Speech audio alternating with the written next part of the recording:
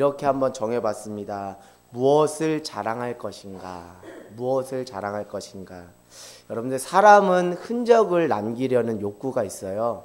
사람이 흔적을 남기려고 하는 욕구가 있는데요. 그 흔적을 구체적으로 우리가 어떻게 남기냐면, 사람들이 한 인간이 태어나면 그때부터 엄마 아빠가 사진도 찍어주고 가족들이 사진도 찍어주는 그런 사진을 남기는 것을 통해서, 그리고 또 글을 쓰는 걸 통해서, 또 일기를 쓰는 것을 통해서 자신의 인생의 흔적을 남기려고 해요. 더 구체적으로는 어떤 사람은 또 마지막 순간에 그 유언을 통해서 인생의 마지막 흔적을 남기려고 하는 그런 강한 욕구가 있다는 거예요. 그 흔적을 통해서 우리는 이제 그 사람이 어떻게 살아왔는지를 우리가 알 수 있죠. 한 사람의 흔적은 작게나마 한 사람의 인생이고, 크게는 한 나라의 역사가 되는 것이죠. 그만큼 흔적이라는 것은 큰 의미가 있다고 봅니다. 여러분, 백범 김구 일지 아시죠? 백범 김구 선생이 쓰신 것, 개인적인 차원에서는 그의 개인의 인생의 흔적이지만 이게 또 우리나라의 또 하나의 역사의 흔적이 되거든요. 또 난중일기, 이순신 장군이 쓰신 난중일기도 개인적으로 보면 개인의 일기이고 인생의 흔적이지만 또 한 나라로 보면 큰 나라의 역사의 또 흔적인 거죠. 그런데 사람들이 그 흔적을 남기고 싶어하는 욕구의 이면에 이런 심리가 깔려 있어요. 어떤 심리가 깔려 있냐면, 자기가 평소에 정말 중요하다고 생각하는 것, 그리고 내가 정말 자랑하고 싶어 하는 것을 남기고 싶어 하는 그 심리가 있는 거예요. 결국 자기가 자랑하고 싶은 것, 자기가 중요하다고 생각하는 것을 그들은 삶의 그 흔적으로 남깁니다. 여러 가지 방법을 통해서 흔적을 남깁니다. 여러분은 지금 인생을 살아가는 여러분은 무엇을 흔적으로 남기고 싶으신가요? 다시 말씀드리면, 여러분은 무엇을 자랑하며 무엇을 중하다 생각하며 살아가고 있는지 묻고 싶은데요. 우리 말씀 본문 11절부터 13절 말씀을 우리가 함께 교독하며 읽어보겠습니다. 내 손으로 너희에게 이렇게 큰 글자로 쓴 것을 보라.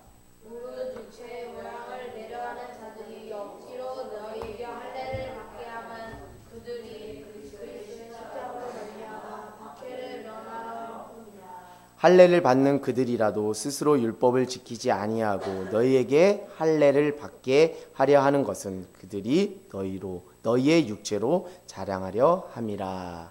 아멘. 네. 여기 11절부터 13절 말씀을 보면 이 초기 기독교 공동체가 어떤 상황인지 우리가 짐작할 수 있는데요. 초기에는 이 교회 안에도 두 부류가 있었어요. 히브리파 기독교인과 헬라파, 이방인으로 대표되는 헬라파 기독교인이 있었어요. 여러분이 다 알다시피 우리가 어떻게 구원을 받는 거예요?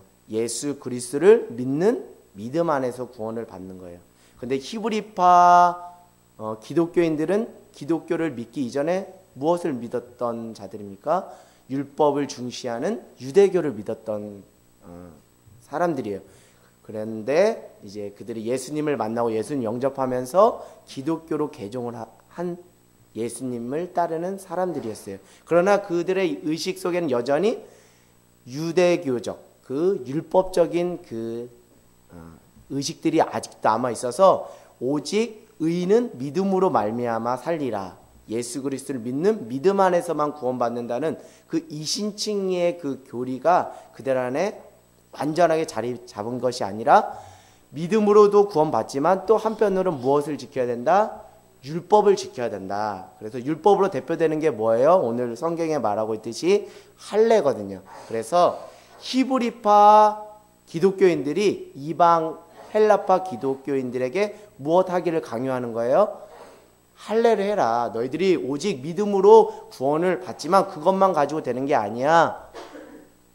율법을 지켜야 돼. 할례를 해야 너희들이 온전히 구원을 받을 수 있어. 근데 복음은 그렇게 말하나요? 복음은 그렇게 말하지 않습니다. 오직 예수 그리스도를 믿는 믿음으로만 구원을 받는다라고 이렇게 이야기하고 있어요. 그래서 지금 복음을 전하는 사도 바울의 그 복음과 히브리파 기독교인들의 생각과 지금 충돌을 하고 있는 거예요. 이 충돌의 중심 속에는 내가 하나님 안에서, 신앙 안에서 무엇을 중요하게 생각하느냐, 무엇을 초점을 맞춰서 내가 키포인트를 가지고 내가 신앙생활을 하느냐를 가지고 설전을 벌이고 있다라고 보시면 되겠어요. 14절부터 18절 보면 사도 바울이 복음 안에서 신앙생활하는 자들이 무엇을 더 중요하게 여겨야 되며 그것이 그들의 인생의 흔적이 되기를 원한다라고 말하고 있거든요. 우리 14절부터 18절 우리 서로 교독하며 읽어보겠습니다. 그러나 내게는 우리 주 예수 그리스도의 십자가 외에는 결코 자랑할 것이 없으니 그리스도로 말미암아 세상이 나를 대하여 십자가에 못 박히고 내가 또한 세상을 대하여 그러하니라. 할례나 무할례가 아무것도 아니로되 오직 새로 지으심을 받으려니 인정하라. 무릇 이 규례를 행하는 자에게와 하나님의 이스라엘에게 평강과 긍휼이 있을지어다. 17절 읽어볼까요? 이후로는 누구든지 나를 괴롭게 하지 말라. 내가 내 몸에 예수의 흔적을 지니고 있느라. 형제들아, 우리 주 예수 그리스도의 은혜가 너희 심령에 있을지어다. 아멘. 제가 일전에 말씀드렸듯이 사람은 흔적을 남기는데 그 심리 안에 무엇이 있다고 그랬어요? 자기가 평소에 중요하게 생각하는 것, 자랑하고 싶은 것을 흔적으로 남긴다고 하였어요. 14절부터 18절을 보면 사도 바울이 자랑하고 싶은 것 그리고 중요하게 생각하는 것이 크게 세 가지가 나와요. 우리 14절을 보겠습니다. 14절에 사도 바울이 무엇을 자랑하겠다고 그래요? 우리 주 예수 그리스도의 십자가 외에는 결코 자랑하지 않겠다. 결국 무엇을 자랑하겠다는 거예요? 우리 주 예수 그리스도의 십자가만을 자랑하겠다라고 말하고 있어요. 그리고 또 한 가지 중요하게 생각하는 것이 있습니다. 15절에 할례나 무할례 그것이 중요한 것이 아니라 오직 새로 지으심을 받는 것이 중요하다라고 말하고 있어요. 할례 받았니? 할례 안 받았니? 이게 중요한 게 아니라는 거예요. 신앙생활 가운데서 할례 받고 안 받았고 이거는 본질적인 게 아니라는 거예요. 더 중요한 것은 오직 성령으로 거듭나서 새 사람으로 변화되는 것, 새로 지으심을 받는 그것이 더 중요하다는 거예요. 이것을 붙잡고 신앙생활을 해라는 거예요. 할례 그거에 포커스를 맞추지 말라고 이렇게 말하고 있습니다. 그러면서 17절에 그는 강하게 말합니다. 이후로는 나를 좀 괴롭히지 마세요. 내 몸에 무엇이 있다? 예수의 흔적이 있다. 그는 누구의 흔적을 남기는 것을 중요하게 생각한 거예요. 자신의 업적을 남기는 것이 아니라 내 몸에서 내 인생의 흔적 속에 예수님이라는 그 한 글자, 그 예수님이라는 그 흔적을 남기는 게 내 인생의 목적이며 의미입니다. 지금 내가 살아가는 이유입니다. 라고 말하는 거예요. 당신들이 말하는 그 할례가 여러분의 인생의 흔적을 남기는 그 주된 그 키포인트가 아니라 제가 말씀드린 복음 안에서 말씀드린 것은 예수 그리스도의 십자가 그리고 성령 안에서 새롭게 지음받는 것 그리고 우리의 인생을 통해서 예수의 흔적이 남는 것이 중요합니다. 할례 받고 안 받고는 중요한 것이 아닙니다. 라고 신앙의 본질에 대해서 이렇게 이야기를 하는 것이죠. 믿음보다 율법을 강조하는 자들이 아무리 할례를 받아야 구원을 받고 예수님을 믿는 사람이라고 떠들고 다니며 내가 전하는 복음을 방해하고 괴롭힌다 할지라도 나는 여러분에게 믿음으로 단언컨대 내 몸에 예수의 흔적을 지니고 있습니다. 이제 예수님을 참되게 믿고 따르는 자만이 예수님께 속한 자라고 강력하게 말하는 거예요. 율법에 따라 할례에 따라 우리 신앙의 그 성숙도가 결정되는 것이 아니라 내가 예수님을 참되게 믿고 따르는 그것이 더 중요하다라고 믿음으로 담대하게 선포한 거예요. 그냥 주저주저한 것이 아닙니다. 믿음으로 담대하게 선포했어요. 결국 율법주의자들은 할례를 흔적으로 남기고 그것을 자랑하려고 했지만 사도 바울은 예수 그리스도의 십자가 오직 성령 안에서 새로 지으심을 받는 것, 그리고 내 몸에 예수의 흔적이 있는 그것을 자랑하고 그것을 중요하게 생각했습니다. 그것이 그의 인생의 흔적이 되길 바랬어요. 오늘을 살아가는 여러분들도 여러분의 삶의 흔적에 무엇이 기록되길 원합니까? 오직 예수 그리스도의 그 십자가만을 자랑하는 귀한 인생이 되길 원하고, 오직 성령으로 거듭나서 새롭게 지음받은 존재가 되길 원하고요. 그리고 여러분의 삶이 예수의 흔적으로 기록되는 인생 되기를 소망합니다. 여러분, 흔적이라는 의미를 이해하시려면 시골 처마 밑으로 가면 딱 알 수 있어요. 흔적이라는 것이 어떤 의미와 속성을 가지고 있는가. 여러분, 시골 처마 밑에 가면 특징이 있어요. 시골 처마 밑 땅은 어때요? 여러분들 보기에 평평해요? 움푹 패였어요? 움푹 패였어요. 여름에 비로 인해서 처마 밑에 빗물이 떨어지면서 땅을 때리는 거예요. 그리고 겨울에는 또 눈이 녹으면서 또 그 물이 때리는 거예요.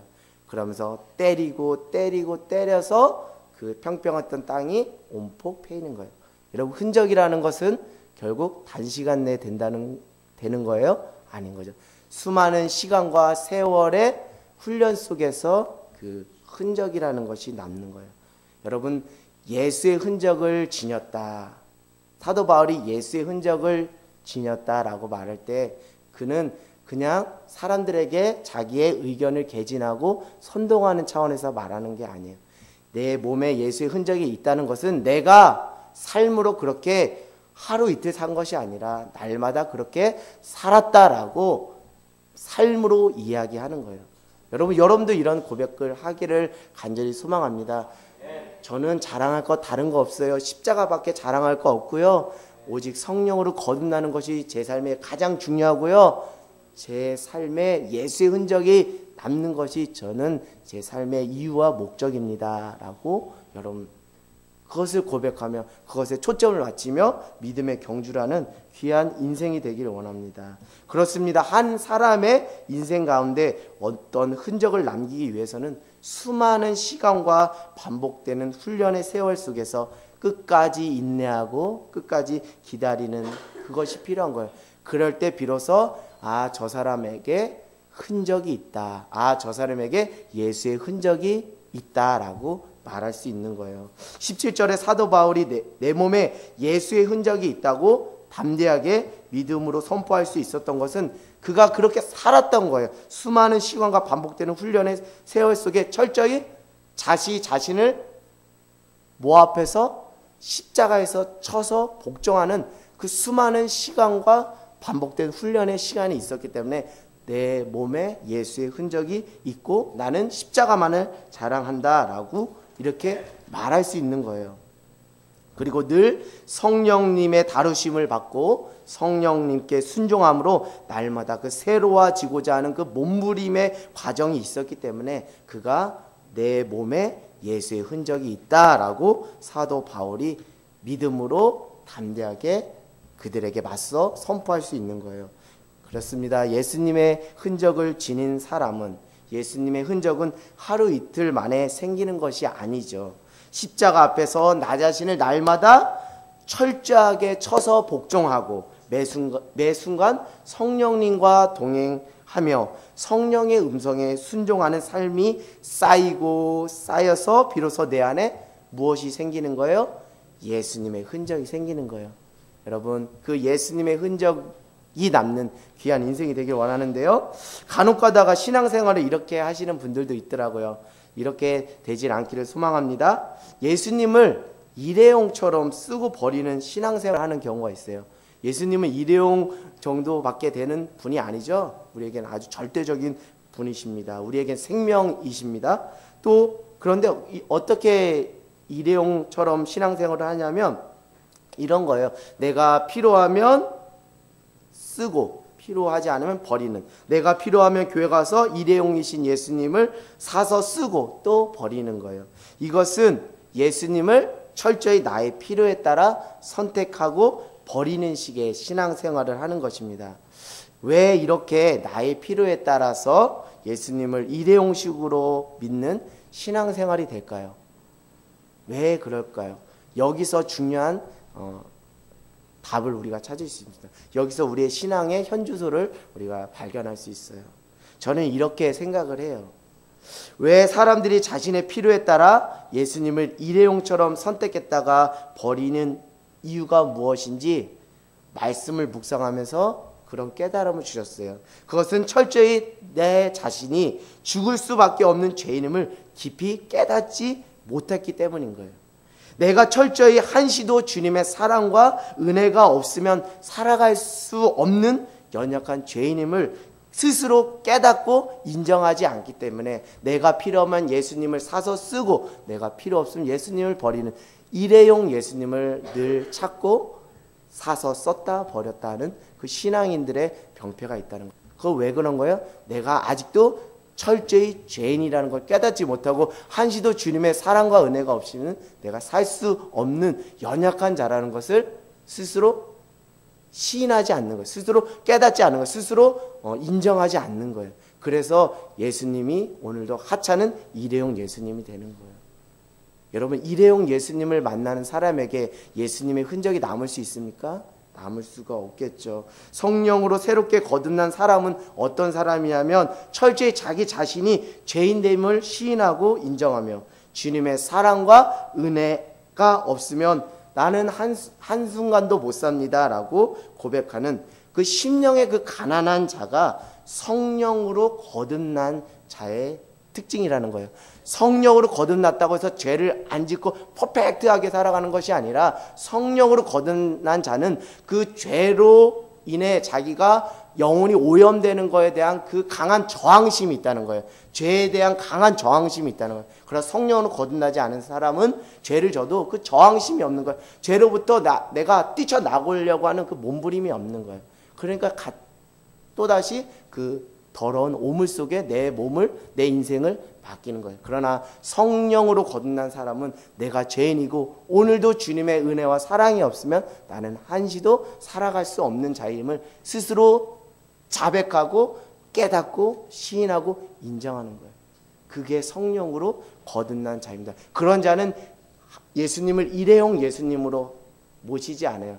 내 삶의 주인으로 모시며 그 예수님께 늘 질문하고 예수님의 힘으로, 예수님의 사랑으로, 예수님의 은혜로 늘 새롭게 변화되는 삶을 살아가게 되는 것이죠. 우리 고린도전서 15장 31절 말씀을 한번 볼까요? 고린도전서 15장 31절.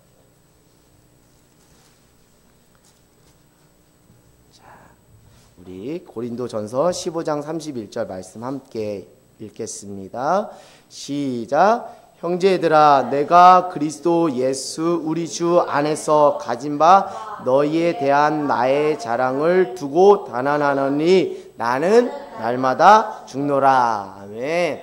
사도 바울의 자랑은 내가 날마다 살았다 이게 아니고 내가 날마다 죽노라 이게 자랑이래요. 참 아이러니하죠. 현대를 살아가는 그 세상 사람들의 생각과는 도저히 맞지가 않아요. 그러나 신앙 안에 있는 자, 성령 안에 거한 자, 성령으로 거듭난 자는 이것을 자랑 삼아 고백할 수 있어야 돼요. 나의 자랑은 다른 것이 아니에요. 나는 믿음으로 단언컨대 나는 날마다 죽는 것이 저의 자랑입니다. 여러분, 날마다의 동그라미 쳐보세요. 하루 이틀이 아니라 날마다 죽는 사람. 날마다 십자가 앞에서 자신을 쳐서 복종하고 나 자신을 죽이는 사람이야말로 진정 그의 인생에 누구의 흔적이 남는 거예요? 예수의 흔적이 남는 거예요. 하루 이틀이 아니라 디모데전서 1장 15절에 그가 나는 죄인 중에 개수입니다 라고 고백할 정도로 날마다 자신의 죄인됨을 철저히 깨닫고 날마다 십자가 앞에서 나 자신을 쳐서 복종하고 또 죽이는, 그래서 내 안에 내가 죽고 예수만이 살아가는 은혜가 날마다 지속될 때 비로소 우리의 삶 속에 저 사람의 인생 속에는 예수님의 흔적이 있어.